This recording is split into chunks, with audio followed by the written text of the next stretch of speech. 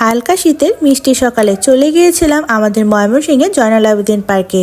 সকালে শান্ত সুন্দর পার্কের পরিবেশ, সেই সাথে পার্কে যাব আর পিঠা খাবো না তা তো হতেই পারে না। হালকা শীতের সকালে মজার মজার নানা রকমের পিঠা খেয়েছিলাম।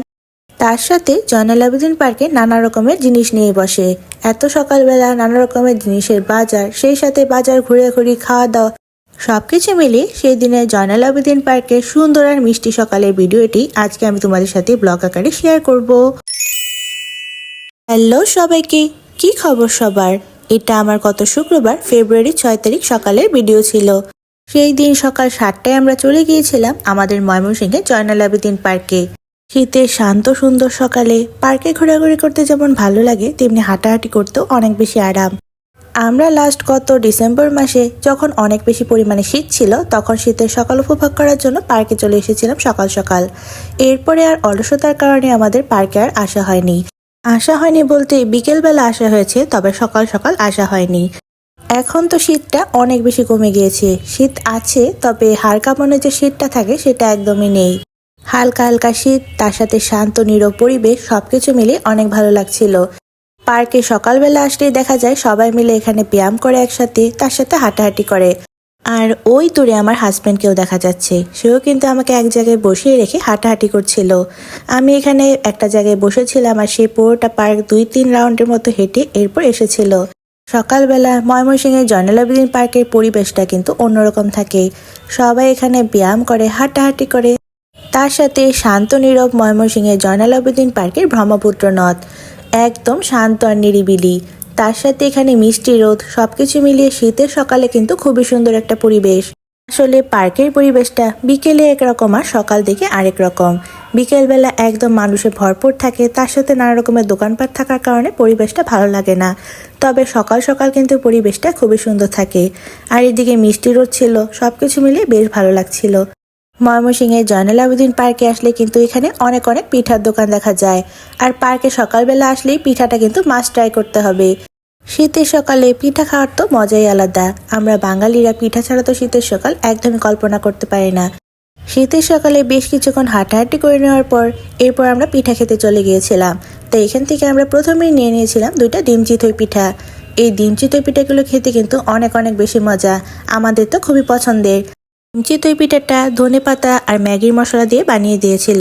তার সাথে ছিল নানান পদের ভর্তার সাথে গরম ধোয়া ওঠা চিতই পিঠাটা খেতে কিন্তু দারুণ মজা লাগছিল। নানান পদের ভর্তার মধ্যে কিন্তু আমার শুটকি ভর্তাটা খেতেই বেশি ভালো লাগে, সেটা ডিম চিতই হোক বা নর্মাল চিতই। শুটকি ভর্তা থাকলে আর কি লাগে। গরম ধোয়া ওঠা ডিম চিতই পিঠার সাথে এরপর আমরা এখান থেকে একটা জালি পিঠা নিয়েছিলাম। এটা চিতই পিঠাই ছিল, তবে এটা একটু জালি ছিল আর মুচমুচে ছিল অনেক। ভর্তার সাথে খেতে কিন্তু এটাও অনেক বেশি মজা লাগছিল। বাইরে সুন্দর মিষ্টি রোদ, তার সাথে হালকা হালকা শীত, আর তার সাথে চিতই পিঠা, একদম জমে গিয়েছিল সকালটা। যদিও তখন কিন্তু মাত্র সকাল 8টা বাজে, তবে এত সকালই নানা রকম জিনিসপত্র নিয়ে এখানে বসেছিল।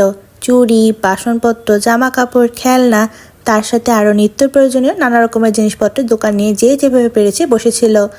আর এখানে নানা রকমের খাবারের দোকানও ছিল। আর একটু সামনে চলে যেতেই আমরা এখানে আরেকটা পিঠার দোকান দেখতে পেলাম। এখানে চিতই পিঠার সাথে তারা ভাপা পিঠা, চাপটি এগুলো সেল করছিল। এখানে একদম গরম ধোয়াটা ভাপা পিঠা বানাচ্ছিল। ভাপা পিঠাগুলো দেখে কিন্তু একদম লোভ লাগছিল। আর এখানে চাপটি পিঠাও বানাচ্ছিল। তাই এখান থেকে আমরা একটা চাপটি পিঠা নিয়েছিলাম আর একটা ভাপা পিঠা নিয়েছিলাম টেস্ট করার জন্য। চাপটির সাথে কিন্তু নানা রকমের ভর্তা ছিল। তো এখানে যে যার মতো পছন্দ মতো ভর্তা নিয়ে নিচ্ছিল, আমরাও সেখান থেকে আমাদের পছন্দ মতো ভর্তা নিয়ে নিলাম। ধনেপাতা দিয়ে মুচমুচে করে চাপটিটা বানিয়ে দিয়েছিল। এর সাথে আমরা নিয়েছিলাম আলু ভর্তা, শুটকি ভর্তা আর আলু ভর্তার সাথে চাপটি পিঠাটা খেতে কিন্তু ভালোই লাগছিল। একদম গরম পিঠা খেতে মজাই আলাদা। তার সাথে এখান থেকে আমরা একটা গরম ধোয়াটা ভাপা পিঠাও নিয়েছিলাম। যদিও ভাপা পিঠাটা তেমন একটা মজা লাগেনি আমাদের কাছে, তবে গরম থাকার কারণে খেতে মোটামুটি লেগেছিল আর কি। সকাল কিন্তু পার্কে নানা রকমের খাবারের দোকান নিয়ে বসে।